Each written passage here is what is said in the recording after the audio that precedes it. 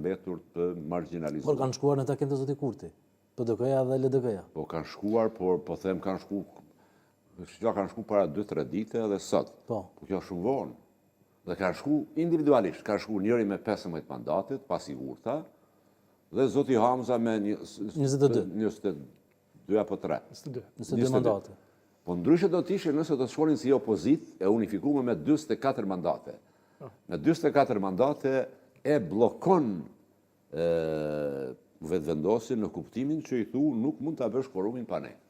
Në fund të ditës rezulton edhe shumë serioze dhe më e pranueshme për opinionin e gjerë publik, sepse në fund edhe nëse dështon në këtë rast do të dështon të zgjedhje. Po ke pas ofertë dhe në zgjedhje do të shkojë me, si më thon, pa barrën e fajtorit, po.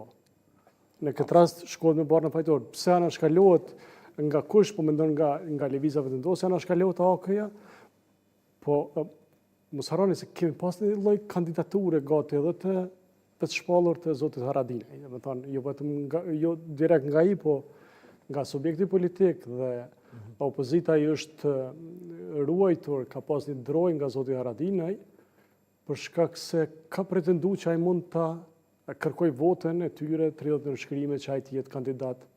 Po sonte e pam që në atë letër nuk ka pas kërkesë të zotit Haradinaj. Po, e vërtet që s'kishte kërkesë, po ata drojën e kanë pas. Dhe çështja tjetër është nëse e lexon ofertën e Partisë Demokratike që kishte në takime ose pas takimit më të saktësuar e bëri, me zotin Kurti të shet që ata kanë pas pretendime serioze që kjo kandidaturë presidentit i takoj Partisë Demokratike të Kosovës.